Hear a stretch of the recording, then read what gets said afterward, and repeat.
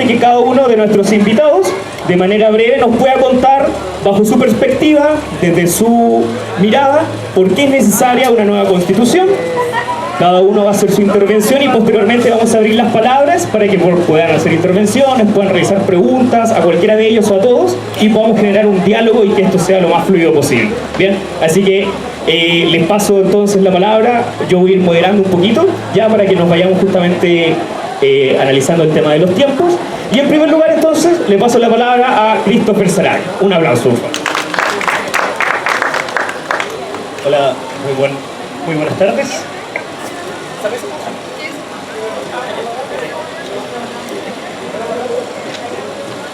Voy a partir. Bueno, yo soy Christopher Sarabia, actualmente soy el coordinador de Revolución Democrática en La Pintana, una de las comunas con menor participación en temas políticos, con las menores votaciones que hay en Santiago. Voy a partir contando un poco de la experiencia que ha sido no solamente desde la militancia, sino de la organización social que se genera dentro, no solo del movimiento, sino de los últimos años que ha ¿cómo decirlo de una forma que no me gusta el término estallido social, sino que prefiero decirlo como Chile despertó, pero también decir de que es una nueva forma de cómo nosotros trazamos un camino a hacer una forma diferente de la política. Es como cómo entendemos nuevamente las relaciones de poder y las relaciones, cómo nos podemos entender con nuestros vecinos y con las demás personas que participen dentro de organizaciones, ya sean partidistas, ya sean ONG o organizaciones de rango medio del Estado. ¿Por qué esto es importantísimo? Porque precisamente a partir del 18 existía una rabia acumulada precisamente por la deslegitimación de las instituciones políticas que en gran parte parten por los problemas que tienen los partidos políticos. Aquí, siendo militante de un partido, tengo que decir también de que nosotros tomamos la decisión de ser partido en uno de los momentos donde los partidos son peor vistos. O sea, la decisión que tomó Revolución Democrática cuando los partidos eran algo feo fue una de las decisiones que principalmente también nos dio la oportunidad de entrar a un sistema político que hoy en día nos tiene con un poco de representación en lo que viene a ser el Parlamento, Congreso y algunas concejalías. Claro, no nos fue como esperábamos ni tampoco nos fue como nos hubiese gustado, pero sí logramos canalizar de cierta manera algunas de las inquietudes y lograr distribuirnos en los territorios que también nos interesan. Nosotros en La Pintana tenemos un dicho que es precisamente muy importante para entender lo que es la territorialización y la democratización del conocimiento, que es precisamente, si la política no funciona en las comunas como La Pintana, significa que la política no funciona. Entonces, cuando nosotros entendemos esto, tenemos que entender que hoy en día, al no funcionar en estas comunas, al haber poca participación, la política principalmente de representación actual no está funcionando. Y no está funcionando por una serie de factores que vienen del ligado desde hace muchos años, inclusive antes de que yo naciera, y que precisamente son los momentos históricos como este, como el 18 de octubre, los que nos dan la oportunidad de trazar un nuevo camino.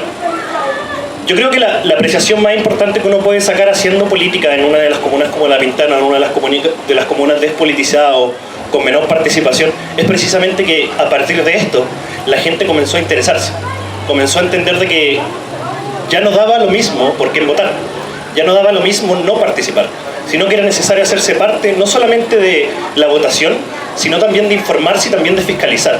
Hoy en día nosotros tenemos a un Parlamento completamente deslegitimizado, y eso es algo que se ha ganado el Parlamento, se lo ha ganado a lo largo de los años. Al entrar a esa institución, nosotros como partido también lo entendimos de que era parte de que lo que a nosotros nos iba a pasar, pero es precisamente dentro de una de las formas, porque nosotros no estamos casados con los partidos políticos, no estamos casados con el partido, sino que estamos casados precisamente con la emancipación popular de los pueblos. Y desde ahí nosotros tenemos que entenderlo desde qué hacemos y qué accionamos para nosotros poder lograr eso. Bueno, el trabajo que venimos realizando en La Pintana es un trabajo meramente con organizaciones. Nosotros pasa mucho en las comunas como San Ramón, que es una de las comunas colindantes de La Pintana, que llega el político a ponerte la ficha adelante. Para mí eso es una forma fea, horrible y mala de hacer política. Precisamente porque las personas que llegan a firmar y llegan a firmar por una canasta familiar son las personas que más carencias tienen y son las personas que más necesidad de política tienen en su vida, precisamente porque las afectaciones políticas y públicas son las que más le llegan a ellos. Entonces, el trabajo que nosotros hemos intentado coordinar se desliga, en ejemplo muy personal. Nosotros tenemos organizaciones en La Pintana muy grandes de comités de allegado. De hecho, creo que tenemos la organización más grande de allegado de Santiago, que es Pintana Solidaria. Nosotros trabajamos de ello de igual a igual, sin mezclarnos, pero entendemos la necesidad de que organizaciones precisamente como los Sin Vivienda, que están luchando precisamente por obtener una vivienda, puedan acceder a esta por medio de los instrumentos que tiene el Estado y que los parlamentarios o representantes cumplan la función para la cual son designados, que es precisamente representar en distintas comisiones o trabajos. Ahora bien, como para aterrizarlo un poquito más, el trabajo más importante que se ha dado a partir del 18 de octubre es precisamente el trabajo de difusión e información. Yo creo que ahí recae todo.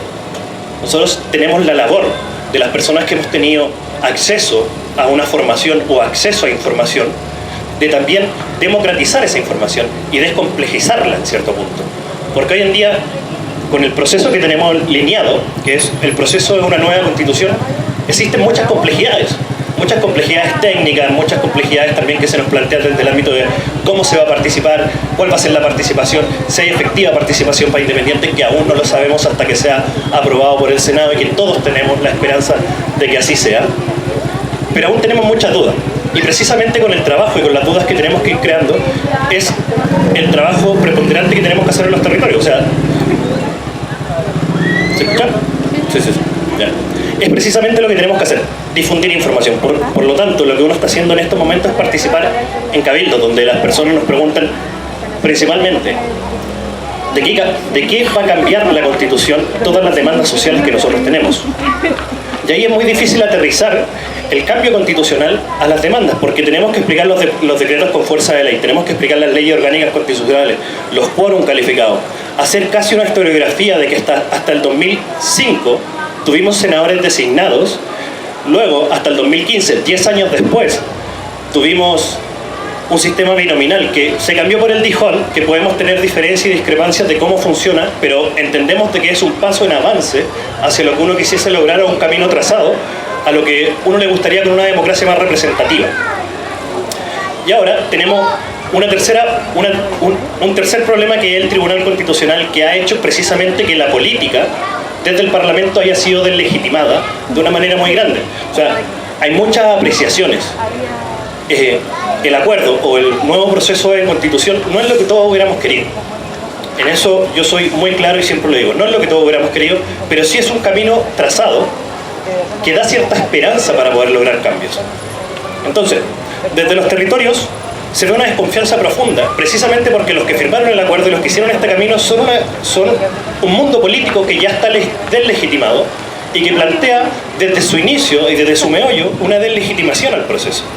Por eso yo siempre intento hacer la comparación con las políticas públicas, porque cuando nosotros hablamos de políticas públicas tenemos que entender de que una política pública, por muy bien diseñada que esté, por mucho experto que tenga, por muchas buenas intenciones que tenga, si la política pública no cambia en lo real algo, o no cambia la forma de hacer las cosas, o no le entrega más preponderancia a la gente, esa política pública es un fracaso. Por lo tanto, nosotros tenemos que entender el proceso constituyente que se nos sitúa hoy en día como una política pública, entendiendo que podemos tener una cuota de pueblo originario, que aún no sabemos cuánto, que vamos a tener paridad de género, que vamos a tener participación de independientes con una lista del 0,4%, que aún así me parece muy alta. Pero, ¿cómo vamos a catalogar si este proceso constituyente es exitoso o no es exitoso? Yo creo que esa es la pregunta más importante que nosotros tenemos que hacernos, y es la pregunta que he intentado plantear, por lo menos en los territorios y en los cabildos que asisto. Porque si la política, cuando se termine la nueva constitución al 2021, sigue siendo como es hoy, el proceso fue un fracaso. Y eso no hay medias tintas. La política tiene que cambiar con este proceso. Y una de las formas de cambiarla es que precisamente ese 5% que es militante de partidos políticos le dé las herramientas suficientes o deje su cancha abierta para que personas independientes que no se sienten llamadas por un núcleo colectivo partidista puedan participar efectivamente de la elaboración de un nuevo proceso constituyente que nos sitúe en un pacto social donde todos nos podamos sentir parte, y donde precisamente la nueva constitución no sea, ¿cómo decirlo?, no sea el tope que impida los cambios sociales o las demandas legítimas que tiene la gente, como el agua, como el cambio a la educación, como la mercantilización, como todos los procesos que hemos ido viendo este último tiempo. Entonces, para terminar un poco la idea, es desde los territorios tenemos que hacer algo que es importante, es llevar la conversación compleja a un tema simple. ¿Cómo hacemos esto? Planteando de que hoy en día existe la necesidad y de que si bien la Constitución no va a ser la solución a todos los problemas, el día de mañana, si este proceso es exitoso, no vamos a ser un país tan distinto del anterior, pero sí vamos a ver la posibilidad de que el país que se cree sea mejor que el anterior. Eso, muchas gracias.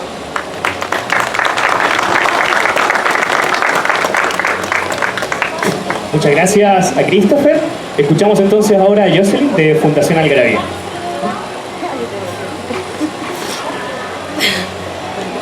¿Se escucha?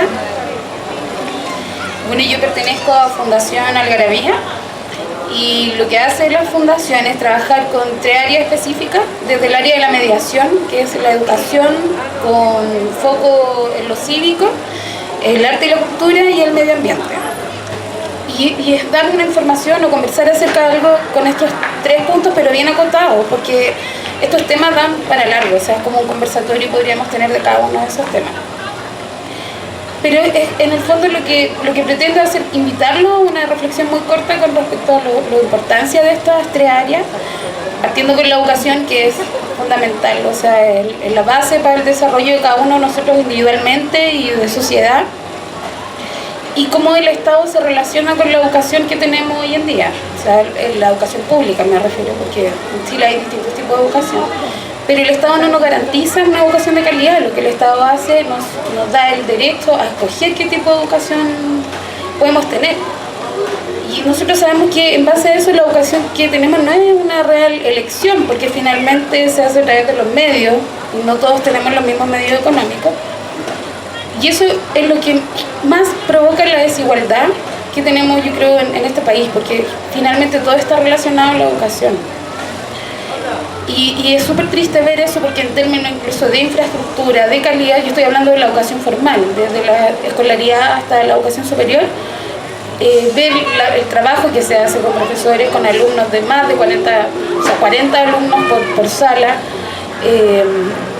las áreas que tienen para deporte, esos colegios, empieza, o sea, desde muy chico comienza la segregación, y Chile es un país súper estigmatizado. Nosotros mismos estigmatizamos mucho a la gente por la calidad de educación a la que pueden aspirar.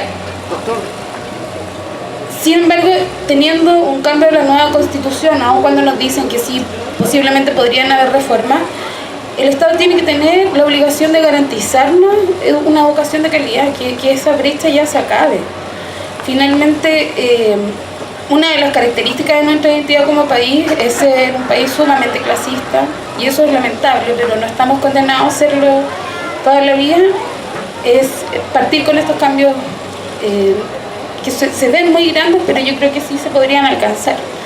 En el tema del arte y la cultura también pasan cosas muy parecidas. El arte y la cultura también tienen mucha desigualdad, hay una brecha muy importante, y me llama la atención que generalmente no se hable de la importancia que tiene el arte en la vida de cada uno, pero sí son espacios sumamente elitistas. Entonces yo me pregunto, si no es importante, ¿por qué sí el derecho de algunos de ir a esos espacios de integración? Porque a nivel legislativo el Estado dice que sí fomenta las actividades de creación artística, pero no vale solo con que fomente la actividad de creación artística. Lo que el Estado tiene que garantizar también en base a eso es que hagamos un ejercicio crítico, que al que veamos una obra, disfrutemos una obra de arte, nos permita entender en qué contexto, que yo pueda leer esa obra de arte. Y hay espacios hoy en día, efectivamente, como la pega que hace el GAM o Matucana 100, pero hay espacios que están solamente reducidos a una élite, que también ha tenido otra ocasión y de la que nosotros hemos sido sesgados de alguna forma.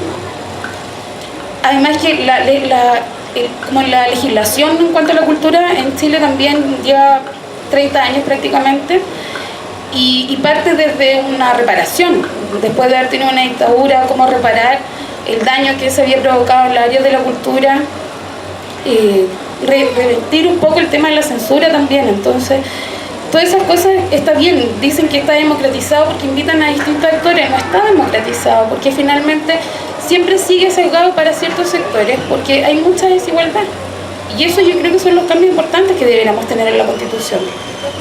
Finalmente, con el tema del medio ambiente, que también es un tema súper largo, también hay una responsabilidad individual que tenemos que crear conciencia, que también integra mucho la educación cívica, de cómo tenemos que cuidarlo y de qué manera nos queremos relacionar con el medio ambiente. Un informe de la OCDE habla de de que Chile, una de sus fuentes de ingresos económicos más potentes es la extracción de recursos naturales. Y el Estado, también siendo un poco subsidiario, ampara por los derechos de la propiedad. En base a eso, yo también quiero dejarle la pregunta, ¿qué tipo de derechos son los que nosotros queremos? Si queremos derechos de bienes comunes, de aquí en adelante, ¿qué va a ser lo que vamos a esperar de un país mejor? ¿Quiénes son las personas que vamos a querer que nos representen también? Porque finalmente, si vamos a tener representantes, tenemos que tener más o menos claro qué es lo que vamos a querer. O sea, al leer la Constitución también avala el derecho a la propiedad del agua. Y eso está directamente relacionado con el medio ambiente y con nosotros. O sea, es tomar conciencia y es importante que nosotros seamos responsables de informarnos. Se nos ha negado quizás espacio y yo encuentro que esto que está pasando ahora con el estallido, una de las cosas más bonitas que yo pensé que quizás no iba a vivir. Entonces yo agradezco la participación de ustedes, que quieran venirse a informar y que empecemos a generar conciencia de los espacios que estamos ocupando. O sea, cada uno de nosotros va a llegar a su casa probablemente y va a comentar un poco lo que se conversa acá.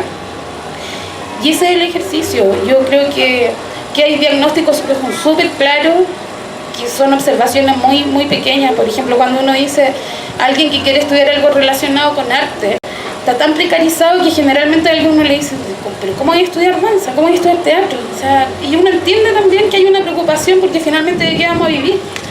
Pasa con las pedagogías también. Entonces la invitación es eso, que empecemos a informarnos, que empecemos a hacer conciencia crítica de lo que está pasando y de todas partes, porque finalmente si vamos a tener asamblea constituyente o va a ganar el plebiscito como esperamos que así sea, tenemos que también saber dialogar porque vamos a hacer de todos los sectores y tener súper claro en términos que son muchas cosas y es poco tiempo como mencionaba antes Jane, pero es una pega del uno a uno. Y el otro día en Twitter quería comentar esto, estaba dialogando con una persona y ella me pregunta como, ¿qué esperaba yo de la Constitución? Y yo le hablo el término de la educación y la cultura y ella me dice, pero la Constitución no es un poema, son cosas legales. Y yo me quedé reflexionando un poco con respecto a eso y yo creo que quizás sí podría ser un poema, o sea, si está escrito por nosotros como sociedad, ¿por qué no? ¿Por qué no puede estar redactada de una manera poética? O sea, ¿por qué aspirar a la cultura y la educación en Chile tiene que ser un poema? Si son cosas que son derechos fundamentales. Tenemos que hacernos cargo de eso y empezar a investigar más. Yo espero que se hagan cabildos temáticos con respecto a estos temas y ahí profundizar más, pero siento que esa es la importancia de ahora en adelante. Y eso sería. Muchas gracias, José. Escuchamos a Melissa entonces de Educación Cívica 2020. ¿Se escucha?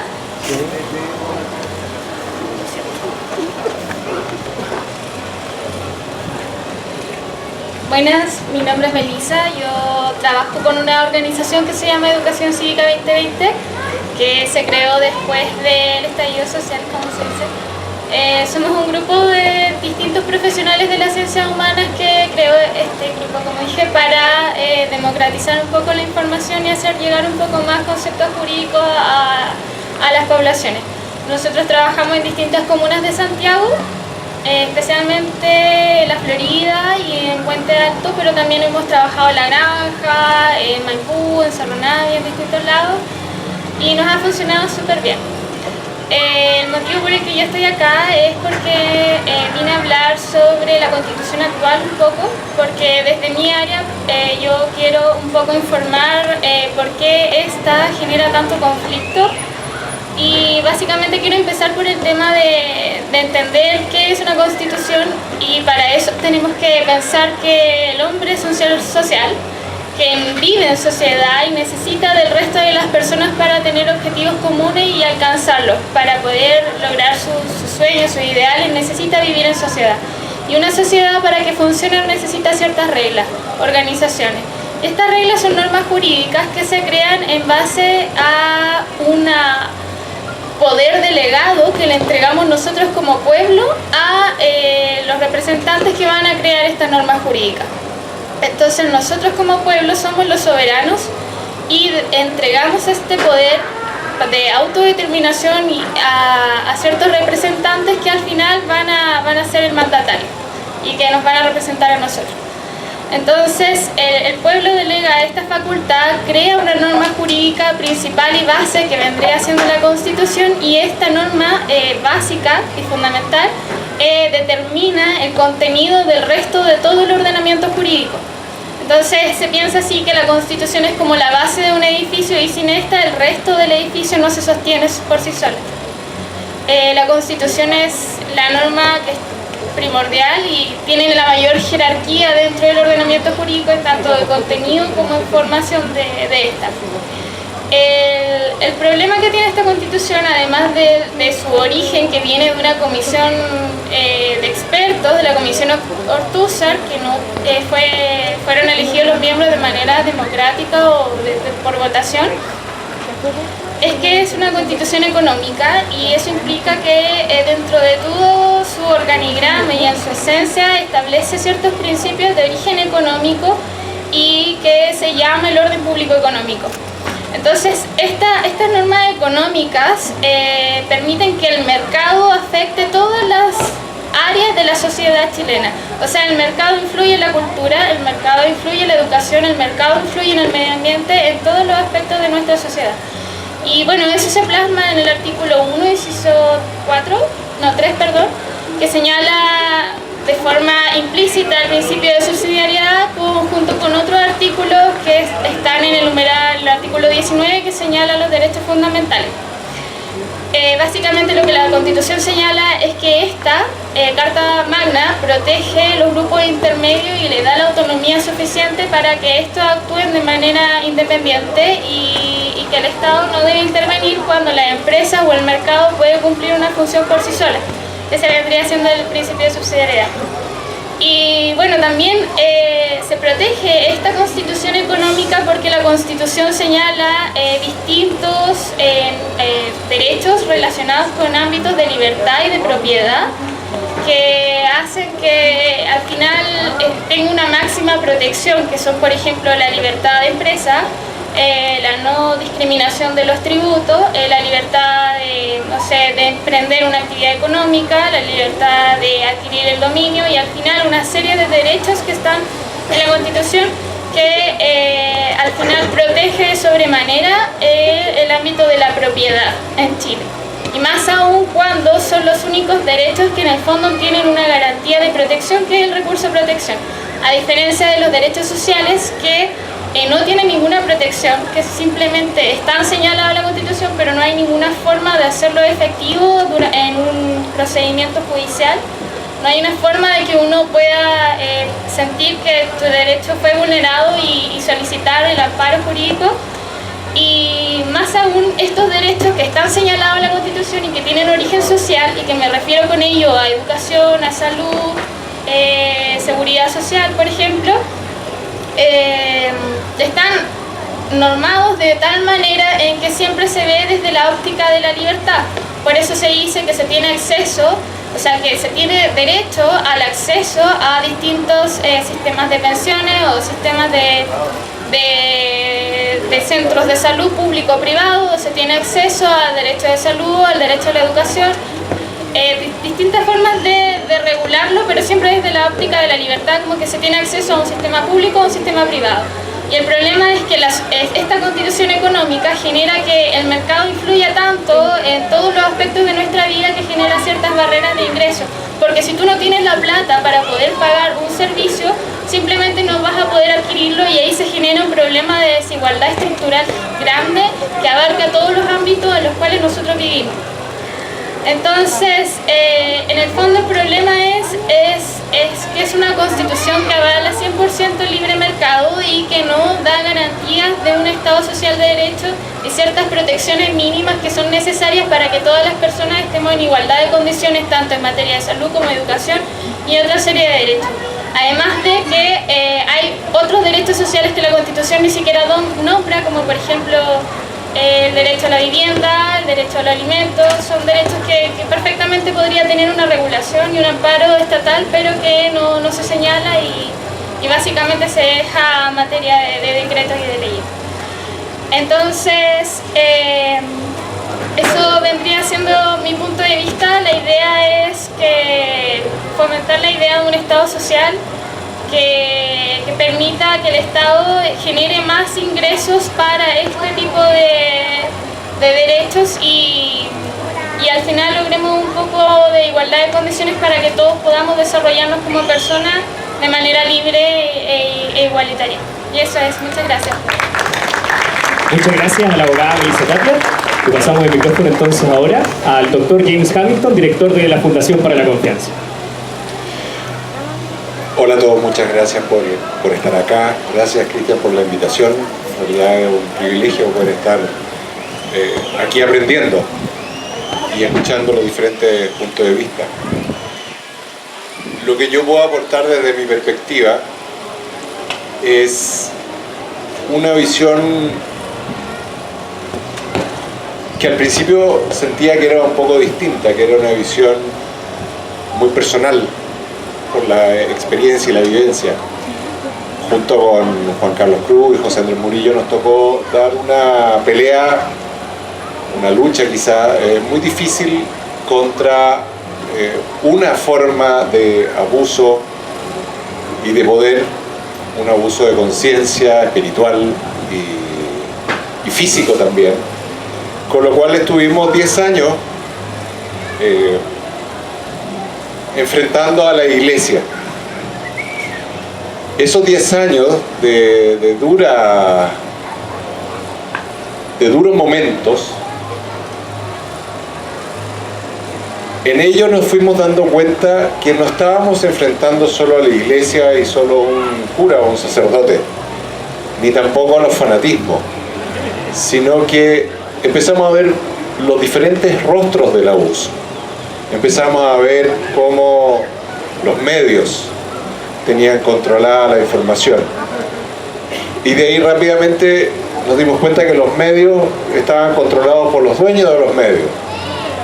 Y los dueños de los medios, un Edwards, un Mate, un Sayé, significa Mercurio, La Tercera, Duna, y casi todo, la Segunda, la Cuarta, casi todos los diarios a los cuales nosotros podemos acceder, salvo algunos medios digitales, estaban controlados por lo que ellos querían que nosotros supiéramos.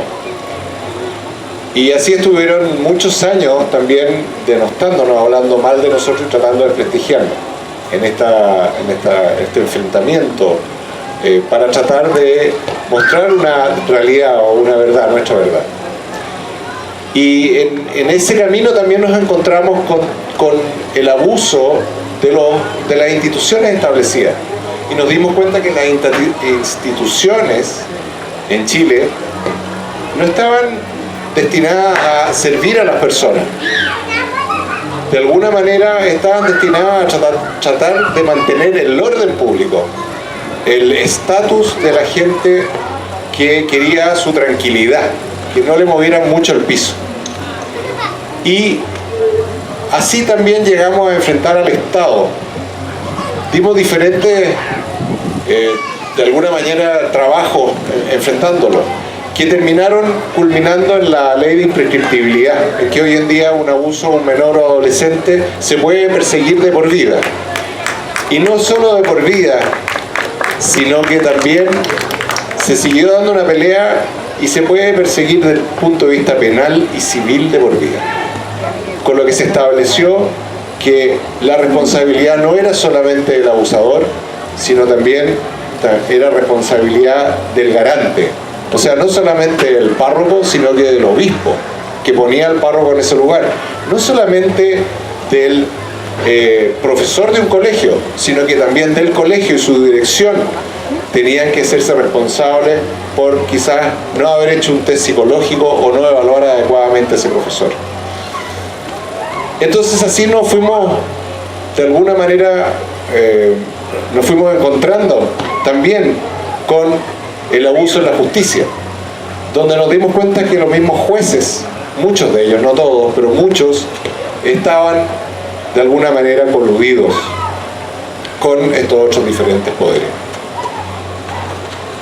En estos 10 años, de repente, se presenta probablemente uno de los eventos más intensos también traumáticos, pero probablemente de los más bellos en la historia civil de Chile, que fue la manifestación popular que se inició el 18 de octubre. Y muchas veces uno aprende más de lo que no está y de quienes no hablan. Y en este caso, los que no estuvieron ni no hablaron, por primera vez en la historia de Chile, desde la época colonial con la monarquía y posteriormente con la república, desapareció la columna vertebral que articulaba todos estos poderes, que es la Iglesia Católica. Y también me refiero al resto de las iglesias que intentan de alguna manera controlar el resto de los poderes del Estado. Y en ese momento fue como un darse cuenta que había salido del plano de discusión un actor que siempre estuvo para contener a la ciudadanía, siempre estuvo para de alguna manera adormecerla, que fue la iglesia y los fanatismos. Por eso que hoy tenemos la oportunidad de nuestras vidas, que es poder escribir una carta fundamental, como también han ido describiendo mis socios de mesa aquí. Esa carta fundamental en este momento está totalmente secuestrada por los partidos, cualquiera de ellos, sin distinción. Los partidos hoy no representan ni siquiera el 3% del pensamiento ni del alma ciudadana. Y es tan así que en vez de facilitar la participación de independientes a una eventual comisión constituyente, llámese asamblea, le aumentaron los requisitos para poder presentarse. Les voy a poner un ejemplo. Si cualquiera de ustedes o yo quisiéramos presentarnos a la asamblea, a ser elegidos para una asamblea constituyente, tendríamos que juntar, por ejemplo, acá en la Quinta Normal, al menos 2.000 a 3.000 firmas ante notario. Significa que todos nosotros y toda la gente que pudiéramos reunir tendría que ir a la notaría a firmar personalmente con su carnet y pagar entre 6 y 8 mil pesos por hacerse adherente a este candidato independiente. Los partidos no solamente reciben dinero, sino que ellos sencillamente envían una lista en un papel con los nombres de las personas, carnet, fotocopia del carnet y basta. Eso es lo que ellos tienen y además tienen financiamiento para todo esto. En este momento ellos tienen totalmente secuestrado la posibilidad y la manifestación del pueblo ciudadano desde que se inició este 18 de octubre. ¿Por qué les digo esto?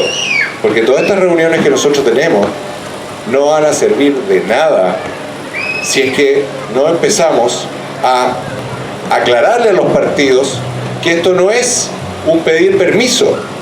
Chile demostró que tiene el derecho y son ellos los que tienen que pedir permiso. Hoy en día están desesperados todos los partidos, desesperados porque no tienen representatividad y se han tratado de acercar a decenas de independientes para que vayan bajo su alero, para que hagan la voce de que van a ser representantes ciudadanos. Eso no es una forma de hacer política. Con un grupo hicimos una carta abierta, donde lo primero que pensamos era qué queremos de Chile. No es la Constitución la base, es qué es lo que nosotros, cómo visualizamos el Chile del futuro. Y cuando tengamos claro la visualización de ese Chile del futuro que todos queremos, un Chile donde las oportunidades sean semejantes. No se trata de igualdad, no somos todos iguales, unos son más altos, más chicos, más bajos, sino que se llama oportunidad. Y esa oportunidad significa que si uno tiene 30 centímetros menos para poder ver sobre una reja un partido de fútbol, significa que necesita una tarima 30 centímetros más alta que el que mide 1,80 m que está al lado y lo puede ver sin problema. Significa equiparar la cancha. Significa justamente colaborar para aquellos que tienen menos oportunidad. Y eso, como muy bien hablaba nuestra abogada, es clave tener un Estado que parta con un principio social. El Estado debe garantizar ciertas condiciones, educación, a todo nivel. Hoy en día me preguntaban por Twitter, una persona bien insidiosa me decía, usted ahora que sabe que quieren boicotear la PSU, ya, pues deme su opinión. Bueno, hasta el momento no le he dado ni una opinión, yo se la voy a dar a usted. Yo pienso que en el Chile que quisiera, no debiera existir una PSU.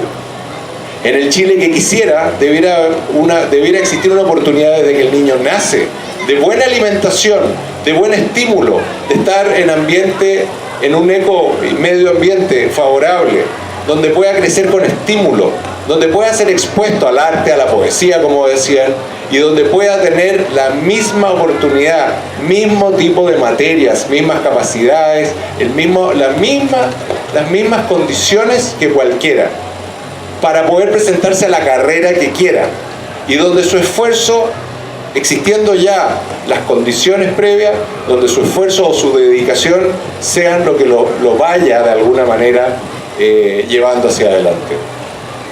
Como muy bien lo decían acá, claramente, y yo vengo de ese mundo de privilegio, a pesar de vivir un mundo de privilegios también hay grandes dificultades, que las da la misma vida. Pero ese mundo de privilegios, ¿qué me obliga a mí? Me obliga a una mucho mayor responsabilidad. El privilegio es responsabilidad, porque las instituciones, el Estado, están al servicio de las personas, no están para servirse a las personas. Como muy bien se dijo acá, la ciudadanía es la soberana. Ese Estado hoy en día tiene que ser un Estado en el cual todos participemos, porque ya están hablando de racionamiento de agua. Si ustedes miran la cordillera, los que tienen un poco más años como yo, que hayan pasado los 50, se acuerdan en que la cordillera, incluso en verano, todavía había planchones de glaciares que se podían ver. Hoy en día ya casi no quedan. El Cerro del Plomo, que uno lo puede ver en la zona oriente, el planchón que era gigantesco, hoy en día queda una muesca de agua. Y tenemos mineras como están allá metidas en los Barnechea, que están destruyendo los glaciares para traer recursos naturales. Eso no puede ser. Y nos vamos a tener que todos abocar a tratar de superar una crisis medioambiental que va a ser crítica, en la cual si no estamos todos de acuerdo y unidos en crear sistemas de agua, conductos de agua, no de gas ni de petróleo, desalinizadoras de agua de mar que permitan abastecer las ciudades, abastecer los cultivos, vamos a estar francamente perdidos. Esto no es un trabajo fácil, se nos hace muy difícil, y si no estamos juntos no lo vamos a poder lograr, y va a ocurrir lo de siempre. ¿Quiénes van a salir perdiendo? Los que tengan las menores oportunidades. Entonces, yo, y con esto termino, yo los llamo, primero, a votar sí a la nueva Constitución. Segundo, no le crean a los partidos políticos establecidos. Van a aparecer partidos de independientes que no van a tener vínculos con los partidos políticos. Participen, inviten a la gente, también marquen comisión constituyente y exijan a través de Twitter, de las redes sociales, que se acaben estos requisitos particulares, que del 0,4 baje el 0,1, que los independientes que logren juntar las firmas, esas firmas se les paguen, sean financiados, que tengan oportunidad en una franja de televisión, que tengan la posibilidad de financiamiento para hacer campaña, para comprar un cartel donde aparezca la foto de él, del partido, del movimiento, del pacto que representen. Eso es lo que está en juego mañana lunes. Mañana se empieza a discutir en el Senado. Tienen que volver locas a las redes sociales y apuntar hacia todos los partidos y decirles que no se va a aceptar estas condiciones. No se van a aceptar tampoco. Falta libertad de conciencia. Los partidos hoy te indican lo que tienes que hacer y tú tienes que seguir como oveja según los directivos. No. La gente tiene su palabra, su libertad y debe ejercerla, porque somos adultos y todos tenemos una realidad distinta. Necesitamos también un país que tenga una nueva organización. Las municipalidades tienen que subdividirse en distritos o en condados, donde la gente de los barrios, las juntas vecinales, puedan decidir si quieren que su sitio de riazo se transforme en una plaza con pasto y un poco de riego o una cancha. Que la gente elija qué es lo que necesitan, o si tienen que invertir en vez de eso y dejar el sitio de riazo porque necesitan paneles solares para poder calentar el agua, tener electricidad, se optará por eso. Pero es necesario. La única manera de luchar contra el abuso no es eliminar el sistema de libre mercado. China tiene el sistema de libre mercado. Rusia tiene el sistema. Ese no es el problema. El problema es el abuso, la corrupción. El problema es que la gente no haga la pega que tiene que hacer. No estamos, ni yo estoy en contra de la propiedad privada. Lo que sí estoy en contra de la propiedad privada de los recursos de Chile. Estoy en contra de que hayan dueños de agua. Estoy en contra de que nuestros recursos, como el litio, como el cobre, que podrían dar para mucho. Estoy en contra de que no tengamos buenos pactos diplomáticos con nuestros países alrededor. Argentina, Perú, Bolivia, que nos han mantenido en una permanente guerra a todos, cuando somos pueblos hermanos, cuando ellos gastan la mitad que nosotros en armas. El primer país que gasta en Latinoamérica es Brasil. El segundo país es Chile. Se gasta un 5 a 6% del PIB, del presupuesto de la nación, al año. A ciencia y tecnología se le da menos del 1%. Aquí estamos frente al Museo de Ciencia y Tecnología. La ciencia y tecnología y la educación va a ser lo que nos va a salvar, porque necesitamos crearla, porque no vamos a tener recursos. Necesitamos que el litio no salga como litio, necesitamos que salga como pilas. Necesitamos todo eso, pero para eso tenemos que comprometernos, tenemos que participar. Hay que ir a votar. Muevan a sus familias, muevan a su gente, a los escolares. Finalmente, yo estoy convencido que están haciendo un nuevo Chile. Este es un periodo refundacional. Es la primera vez que Chile va a ser Chile. Chile fue siempre condenado al control de una oligarquía, que era la corona española, la iglesia y la aristocracia o los poderes económicos. Luego era la aristocracia, los poderes económicos y la iglesia. Y así se mantuvo hasta este 18 de octubre. Y quizás hasta hace 10 años atrás. Así que vamos con ganas, con fuerza, con alegría, a reconquistar, uniéndonos, no luchando contra otros, ni queremos eliminar a otros. Si no estamos todos juntos, en todos los sentidos, en todas las tendencias, no vamos a poder crear la patria que necesitamos. Muchas gracias. Le agradecemos al doctor James Hamilton y a los 4 panelistas, por supuesto. Vamos a darle instancia, tenemos poquito tiempo, pero vamos a darle instancia de 2 preguntas, solo 2 preguntas para el panel en general. ¿Hay alguien que quiera hacer alguna pregunta? ¿Alguno de los panelistas? ¿Acá? A entregar el micrófono.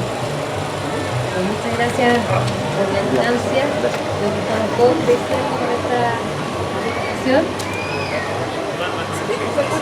Mira, respecto al proceso constitucional en que estamos todos involucrados, ¿no es cierto? Hay algo que me preocupa profundamente, y es un poco el rol que están asumiendo estas comisiones técnicas a la hora de traducir en ley lo que se supone se acordó entre 4 paredes en esas horas, ¿no es cierto?, de estos partidos, en particular con los tratados firmados y ratificados por Chile.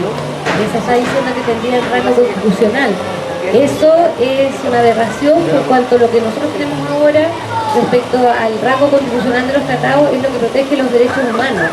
Aceptar esa letra chica significa que se van a volver totalmente inútiles, aún con una nueva constitución, la lucha por tener un medio ambiente, digamos, limpio, por proteger nuestras aguas. Entonces yo creo que esto es como una nota como de atención y de peligro, y ojalá que nos unamos porque es totalmente inaceptable que estén rayando la cancha a ese punto. O sea, si esto continúa en este tenor, vamos a tener que decirle a la gente, señora, no vote, diga no vote por la nueva constitución. O sea, el peligro está ahora y no es que lleguemos todos triunfantes con el voto sí en abril.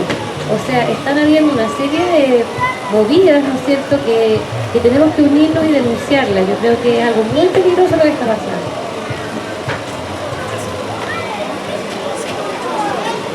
No, solamente, bueno, agradeciendo lo que pusieron todos los panelistas. Mi nombre es Pablo Muñoz, soy actor y también pertenezco a Pacto Social.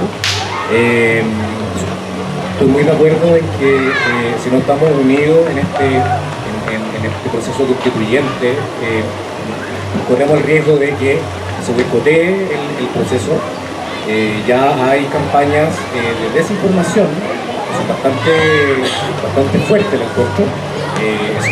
Creo que faltan muchas manos, falta energía, falta el que estemos articulados y cortarla con el tema de la atomización, ¿no? Creo que tenemos que articularlo. Y respecto a lo que se invierte en armas y ciencia, también en cultura, es el 0,4. Eso es lo que planteaba la compañera ahí también, o sea, no es nada. La cultura debiera ser un derecho humano también que está establecido en la Constitución. Todo es cultura, como vivimos en cultura. El arte pertenece a la cultura, no solamente el arte. Eso. Bien, vamos a responder esta ronda de 2 preguntitas y luego vamos a dar unas últimas 2 palabras para ya ir cerrando. ¿Ya? Quien guste responder a las preguntas.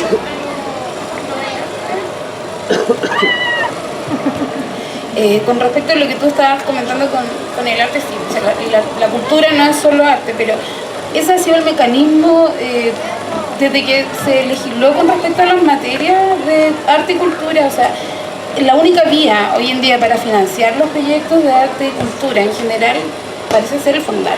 Y eso es súper perverso porque generalmente, o sea, lo que condiciona es la competencia y genera el egoísmo de que siempre no estamos guardando la información y una vez más el conocimiento, porque si yo tengo que competir contigo para alcanzar un proyecto, yo llevarme el financiamiento, yo no voy a ceder la idea, yo no quiero compartirla para que tú no compitas conmigo. Y eso es una de las cosas que también el Estado opera de esa forma y no con respecto a eso no tenemos garantía. Habla de lo que hablábamos en un principio, como de que nos da el derecho a escoger, y en términos culturales las políticas nos faltan mucho.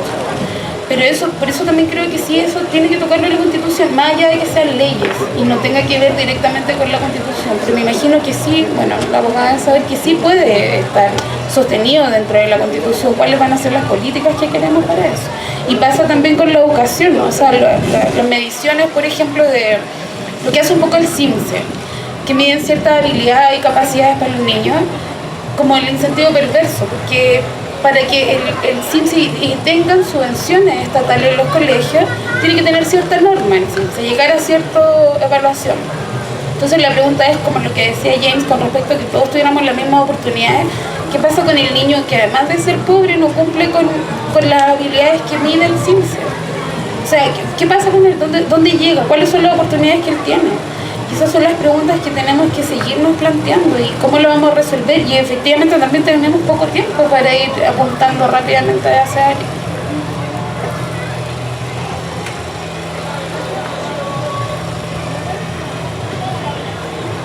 Dos cositas cortas. Primero aquí al caballero.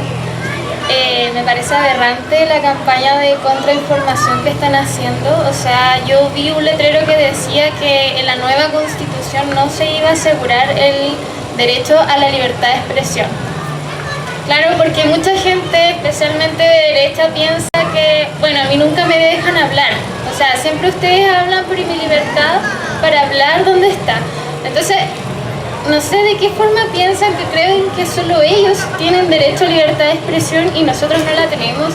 O si nosotros estamos marchando y estamos movilizándonos, claramente es porque estamos ejerciendo el derecho a libertad de expresión y obviamente es como un pilar fundamental de nuestra propia movilización, aparte de que la Constitución todavía ni se hace, todavía no se han elegido, entonces es como aventurarse y apurarse demasiado respecto de esos temas. Por eso claramente el llamado es estar unidos y por favor informarnos de todo y y no caer de repente en juegos y en afirmaciones que no tienen ningún sustento, ¿ya?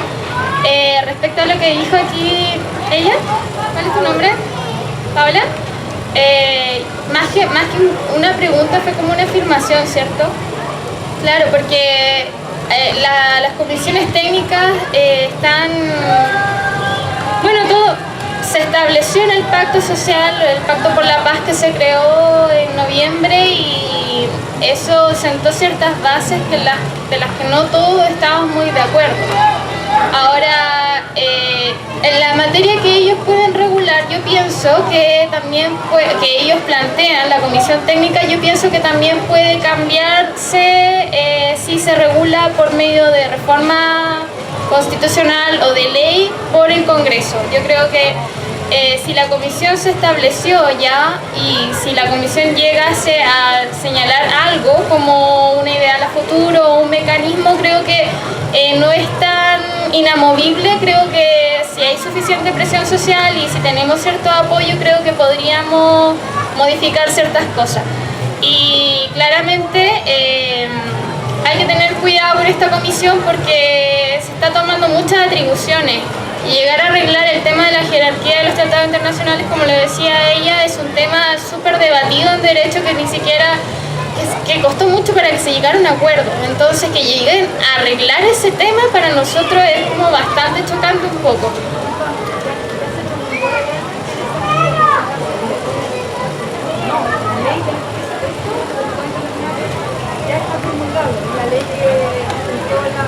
De la comisión. Tal vez, yo creo que ya si bien está promulgado podría hacerse alguna modificación. Yo pienso no perder la esperanza porque creo que falta mucha presión social ahí.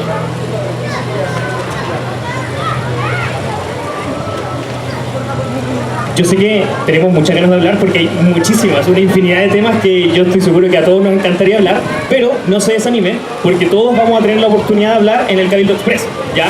En donde prácticamente vamos a hacer grupos entre todos, así que no se preocupen. Como su nombre lo indica, es Express, es bien rápido, vamos a demorar poquito y vamos a tener la oportunidad de entablarnos en temas mucho más profundos, ¿verdad? Esa es la idea. Vamos a, en este momento, ¿alguien más que quería generar una intervención antes de culminar esta pequeña parte? Hola, buenas. Aquí hay un punto bien importante y de hecho quiero reafirmar como militante que los partidos son una cosa bien fea. Los partidos políticos son una cosa bien fea, pero hasta hace 3 meses era la única forma de participar que teníamos en política y hoy en día nosotros saludamos abiertamente a los movimientos independientes que quieren formar y quieren organizarse para poder cambiar el país en pos de un beneficio general. Y aquí suceden varias cosas con lo que ha pasado con el acuerdo y con el camino trazado que se ha hecho. Porque eso fue la madrugada del día jueves y ya el día viernes teníamos interpretaciones del acuerdo por parte de Alaman, específicamente diciendo que no, nosotros nos vamos a poner a todos, por tanto va a ser una hoja en blanco, por tanto aunque se apruebe una hoja en blanco, la Constitución queda igual como estaba hasta ahora. Eso ha pasado, han intentado boicotear el proceso de nueva Constitución desde el principio.